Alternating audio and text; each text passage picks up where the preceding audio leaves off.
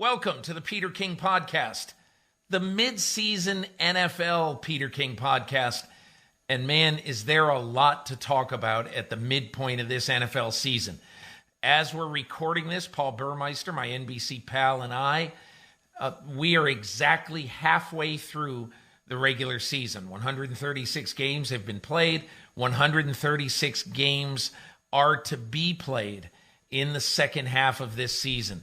And I don't want this podcast to be all about history, but I do want to discuss something from the 136th game of the season, the Pittsburgh Steelers' narrow victory over the Chicago Bears on Monday Night Football.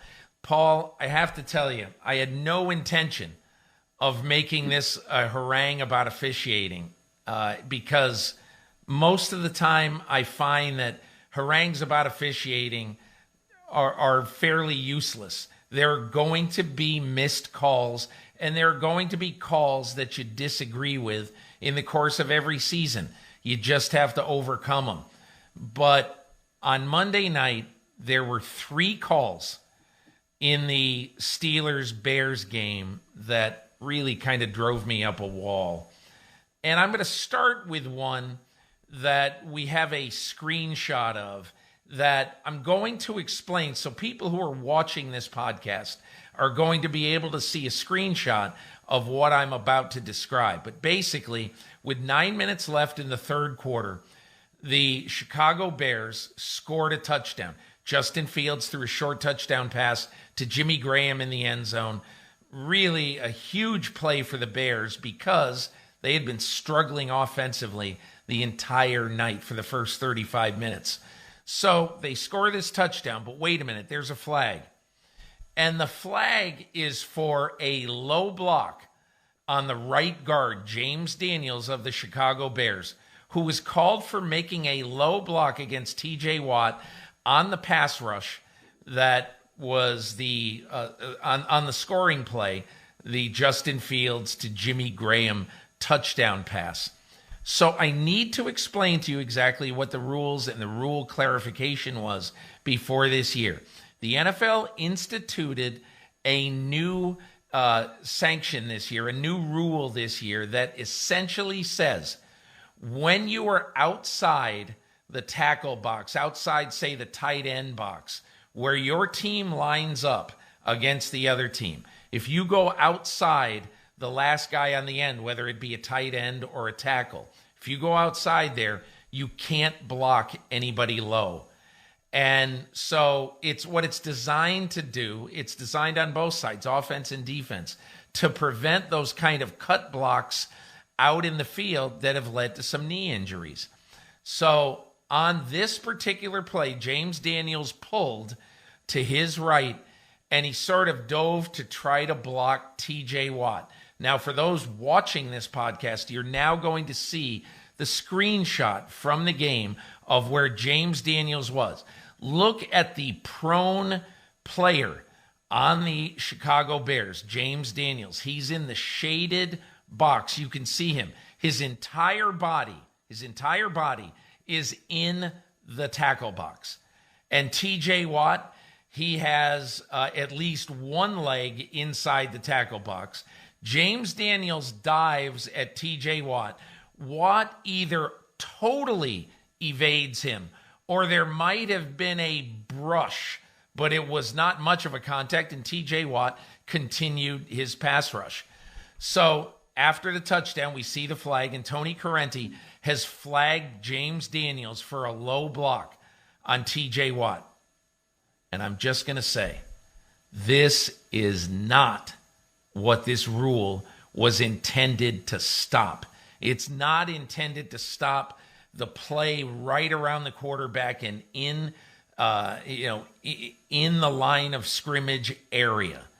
And this was a huge penalty in this game because the Bears moved back 15 yards and had to end up kicking a field goal. So it cost the Chicago Bears 4 points, that bad call. Paul, I don't know how you saw it and whether you were watching it live, but that one really stuck out to me.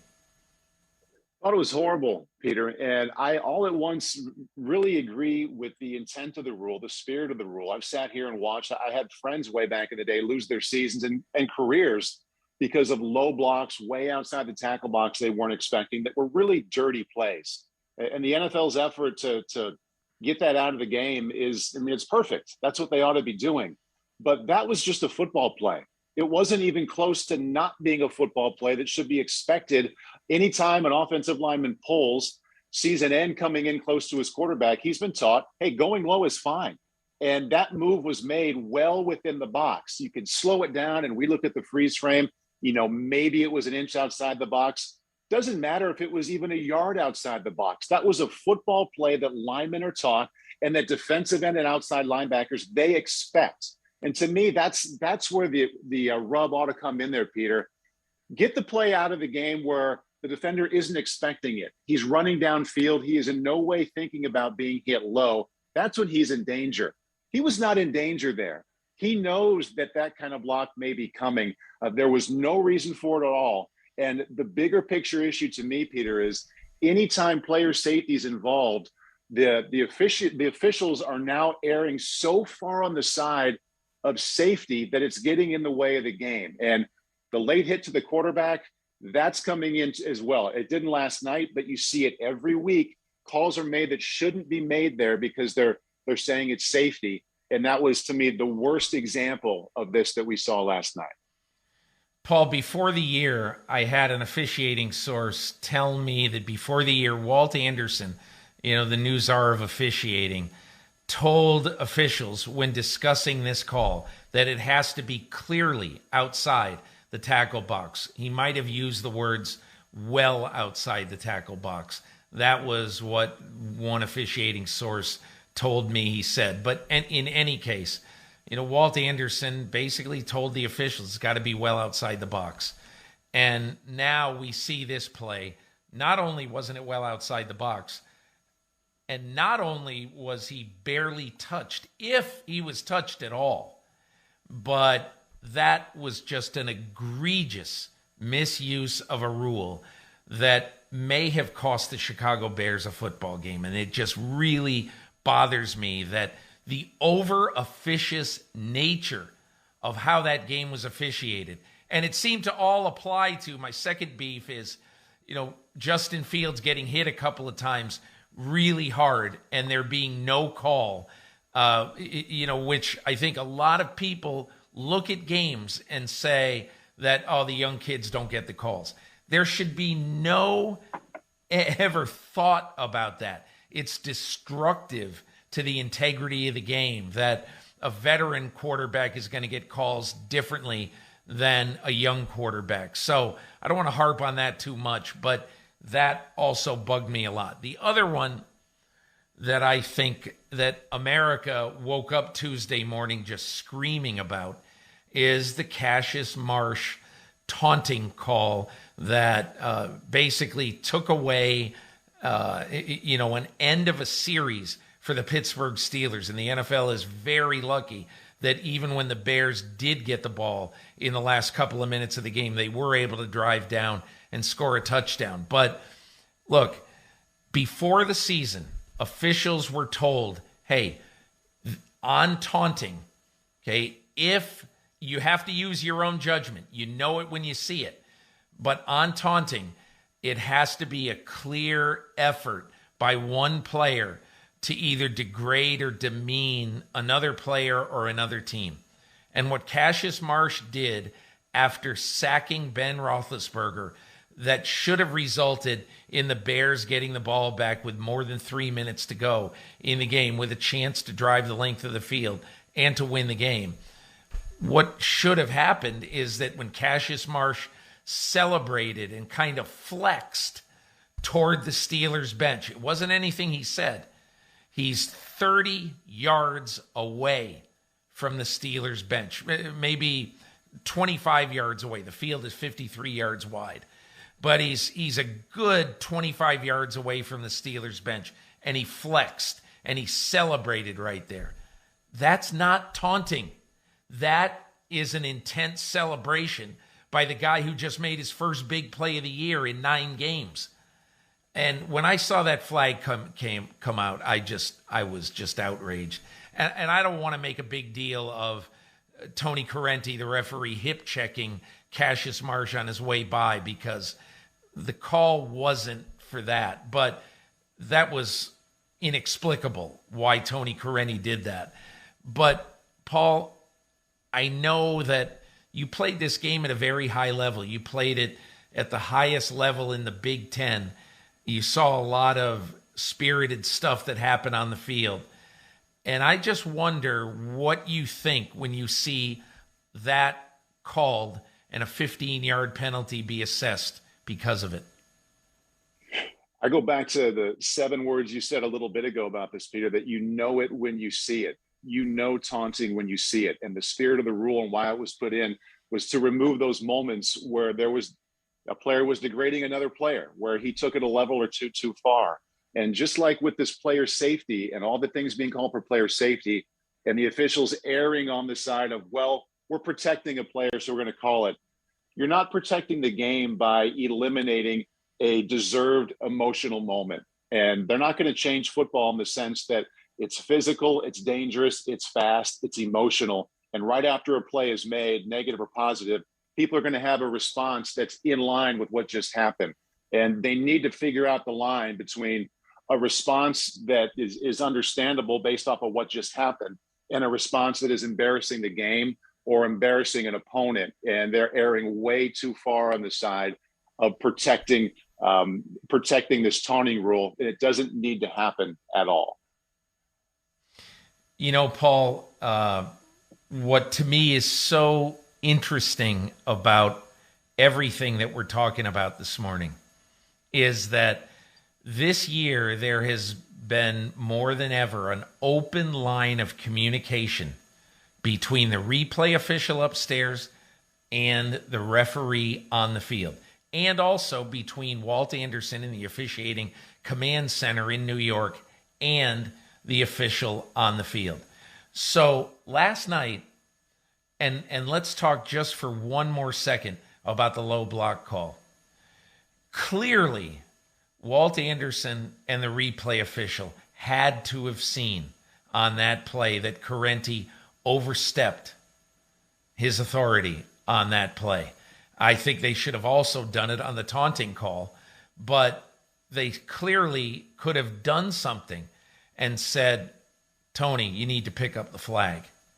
And the fact that they didn't say that, why do you have that line of communication when you can see clearly there's been an egregious error that has cost a team a touchdown?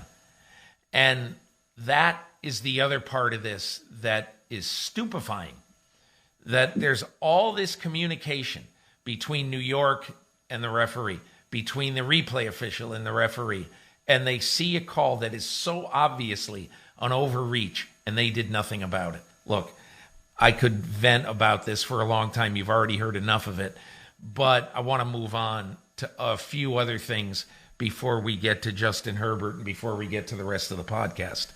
So, Paul, as I said, we're at the precise halfway point of this season. And let's put aside just for a moment the fact that we just had the weirdest Sunday that any of us can remember. You know, the Denver Broncos being up on the Cowboys 30-0.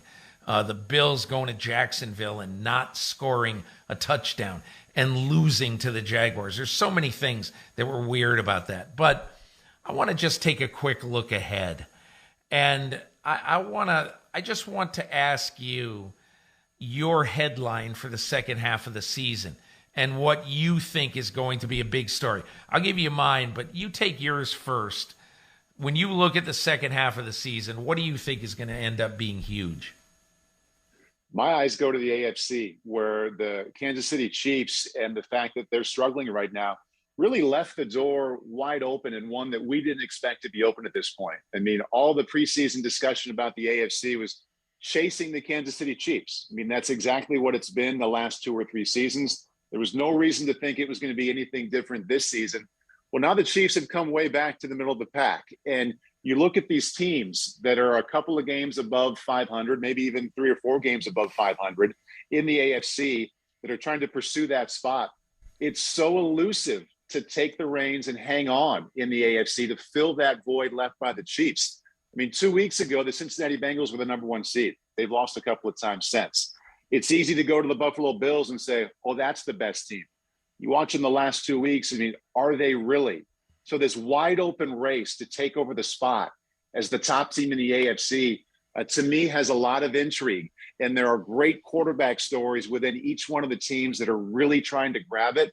My eyes are on Ryan Tannehill and the Titans. I mean, the way they won the game Sunday, very respectable, a lot of toughness. They earned that win, but they can't win that way every weekend. And now without Derrick Henry, is Ryan Tannehill going to go from nice player, really good compliment on a really good team, to being like an MVP type candidate who takes that number one seed and hangs on to it these next 2 months with his play alone, not just leaning on the running game. So that AFC chase for number one, and whatever team you latch onto and say, that's my favorite one, to me, that's a headline I can't wait to see play out. I'll give you mine. And originally I was going to talk about the Chiefs, but there's such an obvious story about what's going to happen to them in the second half. Who knows? They might rebound and win a very muddled AFC West. But I'm going to give you another one, and that is, how weird would the prospect of an Arizona-Tennessee Super Bowl be?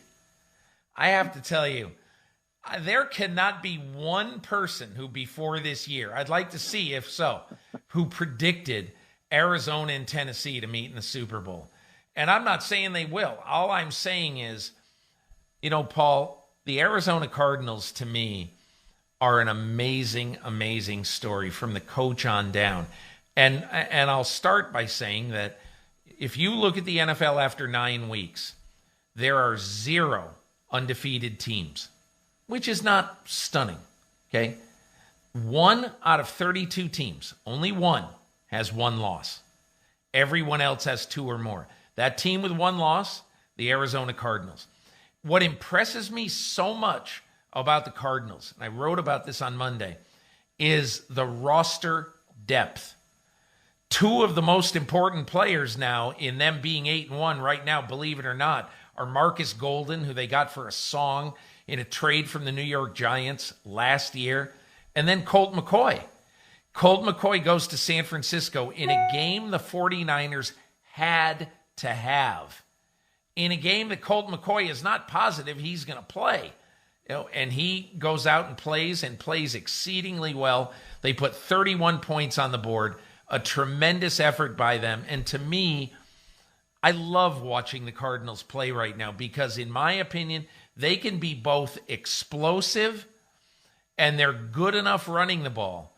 With James Conner, who was sort of given up on because of all his injuries in Pittsburgh, signed in Arizona, and he has been absolutely what the doctor ordered, 3 touchdowns in San Francisco. But I look at the Cardinals right now, and what interests me so much is how it can be a different guy almost every week. I really like what I see out of the Cardinals. Let's move on, and I'm going to just ask you my one other question that, coming out of the games on Sunday, just really interests me. And then on Monday, there was more news, and that is the Las Vegas Raiders.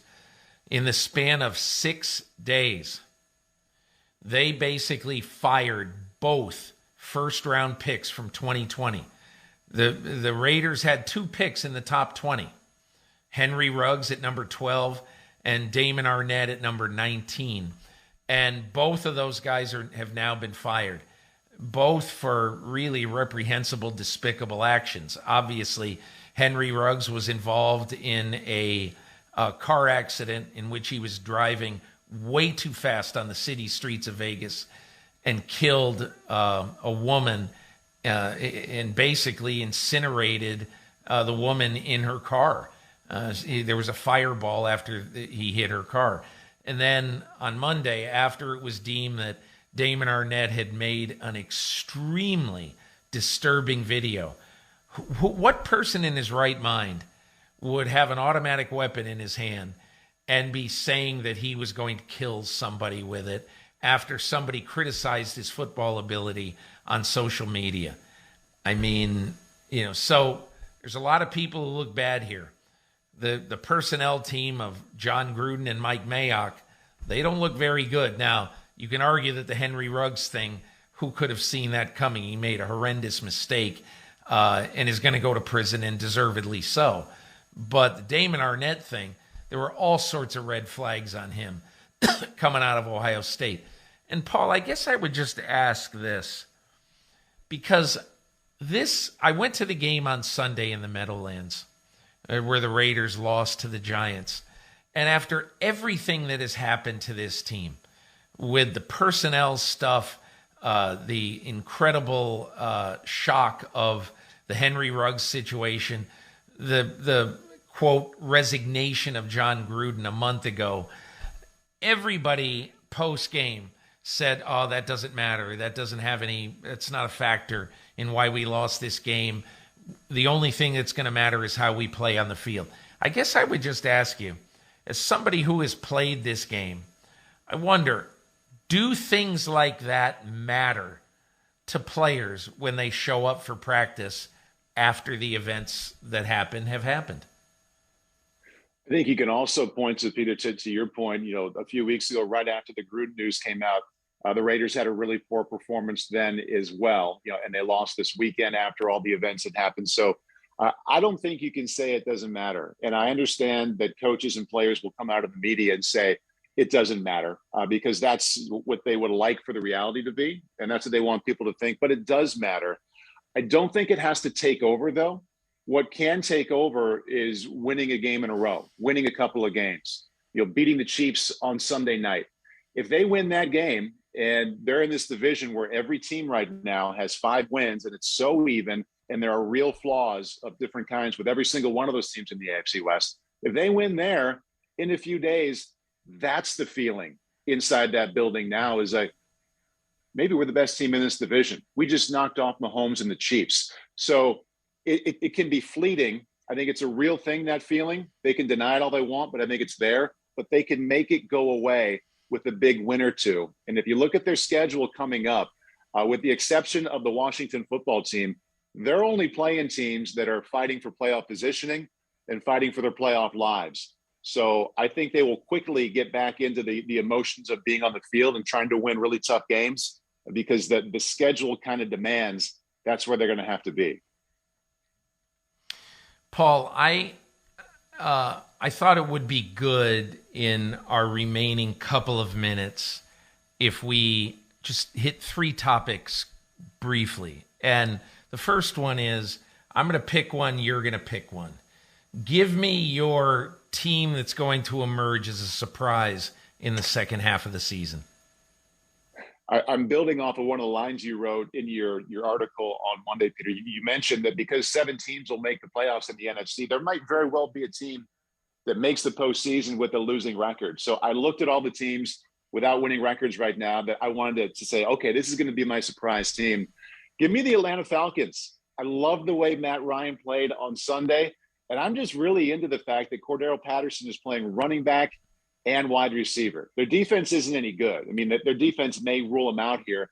But watching 36-year-old Matt Ryan make a run at one more postseason and seeing all the ways they use Cordero Patterson, I'm excited to watch them and see how they finish out. So that's my surprise team.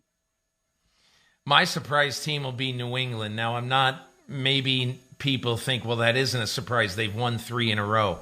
But it is how they have won 3 in a row. And part of that is allowing only 14 points a game to the Jets, Chargers, and Panthers. 2 of those games on the road. And I think what interests me in the second half of the season is that, there are 2 New England Buffalo showdowns in a 3-week span in December. And I think those potentially obviously could be really, really terrific. But the other thing about New England is the schedule is manageable. After they have Cleveland, Atlanta, and Tennessee in the next 3 weeks, then they go into that Buffalo, segment of the schedule. They finish with Jacksonville at home and then at Miami. And so I think if the Patriots are close near the end, they're going to be able to finish up playing very well. I think the other thing is Mac Jones, so far, through one half of one season, he's the best rookie quarterback who was drafted. So, and is that going to last? I don't know. But I'm very encouraged for the Patriots that they have a quarterback who's not playing like a rookie. And every other quarterback who is, who's playing right now as rookies, you still see a lot of rookie stuff in them. I want to ask you the last 2 points. Number one, the surprise of Adrian Peterson kind of being reborn in Tennessee. And when I was preparing my column this week, I looked up a bunch of stuff about Adrian Peterson. And the most interesting thing, other than the fact that the first game he ever played in the NFL, the Vikings won, and the losing coach was Bobby Petrino, which just really kind of takes you way back in time. But the other thing that interested me a lot is that Peterson is a rookie, made the Pro Bowl and played in the Pro Bowl. And one of the players chasing him on the field that day at Aloha Stadium was a linebacker named Mike Vrabel. Well, Mike Vrabel is now coaching Adrian Peterson. And Peterson scored the 125th touchdown of his career on Sunday against the Los Angeles Rams, and he did that with Mike Vrabel as his coach. So I don't know. The future, I have no idea what the future says about a 35-year-old running back, Adrian Peterson, but the story right now is pretty damn good. I think it's really cool. It's his name on the back of that jersey, that's going to be doing a lot of the running for Tennessee. But strictly football-wise, I'm excited to see how Tennessee stays committed to that running game. And there are teams that are getting it done. They're not really dominating or anywhere near it running the football, but they've stayed committed. They get the rushing attempts. Mac Jones is benefiting from that in New England a lot. I look at Baltimore, outside of Lamar running the ball. They've got some players that are, as I like to say, on the back nine of their careers. They're keeping the offense on schedule because they stay committed to getting the rushing attempts. I don't think Peterson will have big numbers, but if they can get him double-digit carries every single game, I think that bodes really well for how Tannehill can play and if the Titans can hang on to that number one spot they own right now. The last thing we'll touch on, Paul, is the Seattle Seahawks. They're 3-5. They will get Russell Wilson back for the showdown in Green Bay, probably against Aaron Rodgers, but Rodgers will have to test negative for COVID on Saturday before he's allowed to play in this game. You assume he will, but we'll see. It's what's going to be really, really hard for Seattle. And look, they lost 3 of the 4 games since Russell Wilson got hurt. He got hurt in the middle of that first loss against the Rams. And in total, they've lost 3 of the 4 games in which Geno Smith played. So now he comes back. And what's really tough, Paul, is their first 2 games when they come out of the box at Green Bay and then Arizona at home before their schedule gets a little bit humane. But I'll ask you this. At 3-5, how do you view the Seattle Seahawks the rest of this year? If I didn't know that we were going to talk about them at this point of the podcast, Peter, I would have picked them for my surprise team just because they have Russell Wilson coming back. And he's the one guy, doesn't matter who the other 10 are out there, doesn't matter who the other 11 are on his defense. You just always get the feeling that they're right there and that they're going to win more games that they shouldn't than vice versa, as long as Russell Wilson is playing. So if they can get to 4-6, Peter, if they can in the next 2 weeks go from 3-5 and survive this Packers and Arizona part of their schedule and win one of those games, I would not rule them out at all if number 3 is healthy to be that last team in the NFC still standing in January. Yeah, I think, and Paul, you talked about it a little bit earlier, but you tell me after Dallas, Green Bay, Tampa Bay, New Orleans, Arizona, and the Rams, that's 6 teams. 6 teams right there. And we all look at it right now and we think those teams are probably going to make the playoffs. But then out of all the teams that are either right around 500 or under 500, you picked Atlanta. The question is, who's going to be that last playoff team? Who's going to be the team that'll be fed to the wolves? Who's going to have to either go to Lambeau and beat Aaron Rodgers, in a frigid game, or go to Dallas and beat the Cowboys? I mean, who's going to actually be good enough to go and beat the number 2 seed? I don't know that there's any team, but I probably, if I had to pick one right now, I'd probably pick Seattle, and we shall see. You got Atlanta, I'll take Seattle. But it'd be really interesting the rest of the way to see if Seattle can make up ground in the last 9 games of their season. So, Paul, thanks so much. And that's it for the podcast this week. We'll be back. I have no idea what we're going to be doing next week at this time. This is a week-to-week time in the National Football League. But thanks for listening to this mid-season episode of the Peter King Podcast.